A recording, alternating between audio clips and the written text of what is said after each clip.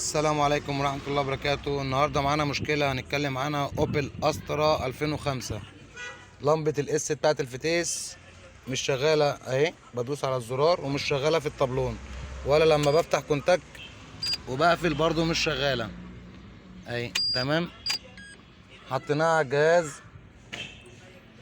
جهاز الاعطال اهو، مسجلة ان في مشكلة في الكهرباء. تمام، في الكونتاك بتاع الكهرباء هنا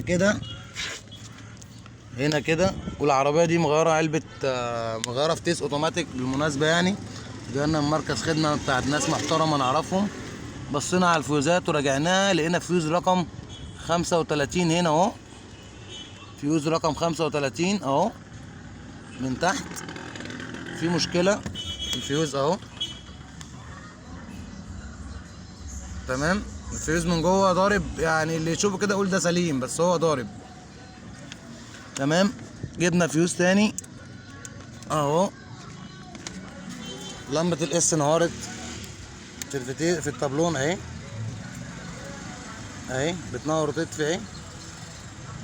انا بدوس على الاس كده اهو، اللمبة بتشتغل وتفصل اهو كده. انا بشغل كده، انا فصلت على الجهاز، ادتني نوت بريزنت، مفيش اعطال. دورنا على العربية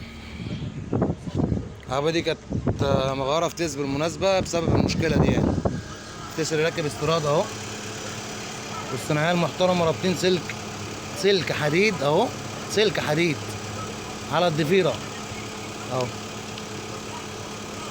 يعني صناعية محترمة جدا الصراحة.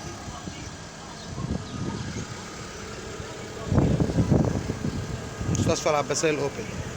بعد ما خلصنا مشكلة لمبة الاس في الطابلون اهي، تطفي وتنور اهي. تمام، بنجرب بقى العربية على الكوريك. لمبة العطال كانت والعة، طفت.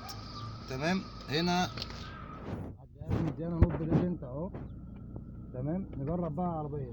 بالمناسبة كنا لما بنيجي نجيب مارشلين، كانت العربية بتدب دبة جامدة قوي، دب ومارشلين. دلوقتي بستخدم مارشلين طبيعية اهي، مفيش أي مشكلة. تمام، خدت الدقيقة اهي.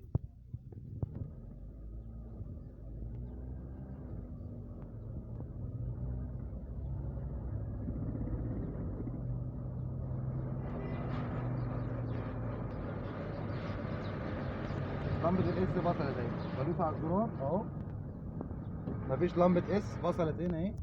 احنا بنجرب العربية على الكوريك ومفيش لمبة اس. بص كده، انا بدوس على الزرار بايدي اهو. تمام، ومفيش لمبة اس. هنا على الجهاز سجلت بريزنت، العطل ظهر. اون بوت، حساس اون بوت في الفتيس. تمام، ندي بقى الجهاز اهو ونبطل العربية، وتعالوا معانا نبص على حساس اون بوت نوريكم مشكلته نفسها ايه. الفتيس طبعا زي ما قلت لكم راكب استيراد. تمام، زي ما قلت لكم طبعا الفتيس راكب استيراد